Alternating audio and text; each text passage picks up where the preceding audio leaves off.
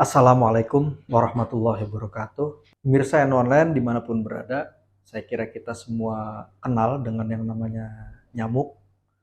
Nyamuk ini hewan yang atau serangga yang cukup mengganggu. Bagi kebanyakan orang cukup mengganggu.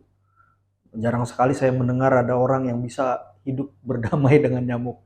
Nah, oleh karenanya banyak sekali cara orang memburu nyamuk. Macam-macam, ada yang ditabok, ada yang disetrum, ada yang dijebak dengan minyak, ada juga yang diasap atau masyarakat menyebutnya obat nyamuk atau mengobati nyamuk, padahal meracun nyamuk kira-kira begitu. Nah, dalam pandangan Islam sendiri, terutama dalam pandangan mazhab Syafi'i ya, itu al-hasyarot atau serangga atau hewan-hewan kecil itu dibagi tiga, sama Syafi'i atau hasyarot, sama Syafi'iyatul hasyaroti ila salasati aqsam. Jadi ulama mazhab Syafi'i itu membagi tiga jenis serangga. Satu itu sesuatu yang mu'dhi, sesuatu yang hewan atau serangga yang menyakiti, mengganggu, menyakiti. Saya kira masuk di dalamnya ini adalah nyamuk, sehingga konsekuensinya hewan jenis pertama ini adalah yusannu qatluhu. Itu kita dianjurkan untuk membunuh serangga-serangga yang mengganggu atau menyakiti bahkan melukai gitu. Nah, berikutnya hewan malayaduru walayan fau. Jadi hewan yang tidak memberi bahaya dan juga tidak memberi mudorot, tidak membahayakan.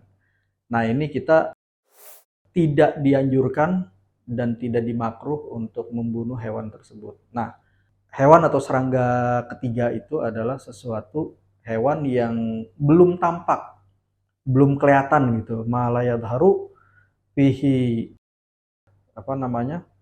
belum tampak padanya apakah dia itu memberi manfaat atau memberi mudorot, itu belum tampak. Nah, konsekuensinya hewan seperti ini kita dimakruh untuk membunuh daripada hewan tersebut. Nah, untuk hewan jenis ketiga ini yang yang belum tampak bagi kita maslahat mudorotnya, itu kita dimakruh untuk membunuh serangga tersebut.